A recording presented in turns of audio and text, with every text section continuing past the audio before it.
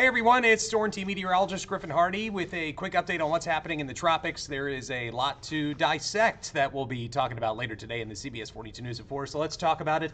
Of course, we've got Grace and Henri that are happening now in the Atlantic Basin, two separate storms, one of which Henri is probably going to be heading for New England later this weekend as it tracks up to the north. And then we've got Grace down in the Bay of Campeche. It's set to make a second landfall in eastern Mexico either sometime tonight or tomorrow morning. That latest 1 p.m. advisory has winds of 90 miles per hour with this storm, so it is re-strengthening after it has moved off of the Yucatan, made landfall in Tulum, and now it's out back over open waters and moving west at 10 miles per hour. Here's the forecast track.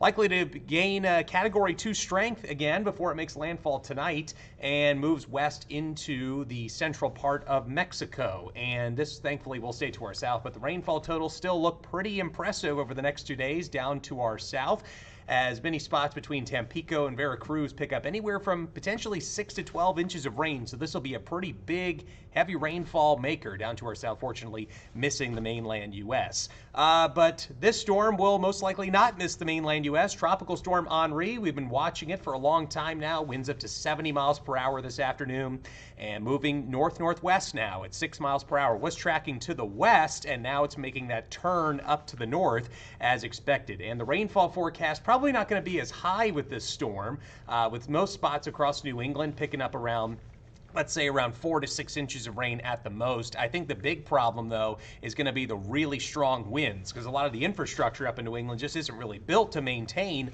a lot of those really strong tropical storm force and hurricane force, potentially, wind gusts. So here's that forecast track. The National Hurricane Center has it making landfall sometime or somewhere between Long Island and Cape Cod Sunday night, with those tropical storm force winds likely. And then it just kind of sits there for a while, slowing down after landfall, and then moving over Maine sometime over Tuesday. So this could be potentially, if it is a hurricane at landfall, this would be the first hurricane to make landfall in the region in 30 years. Last time that happened was Hurricane Bob back in 1991. Again, those wind gusts will probably be the biggest problem across New England.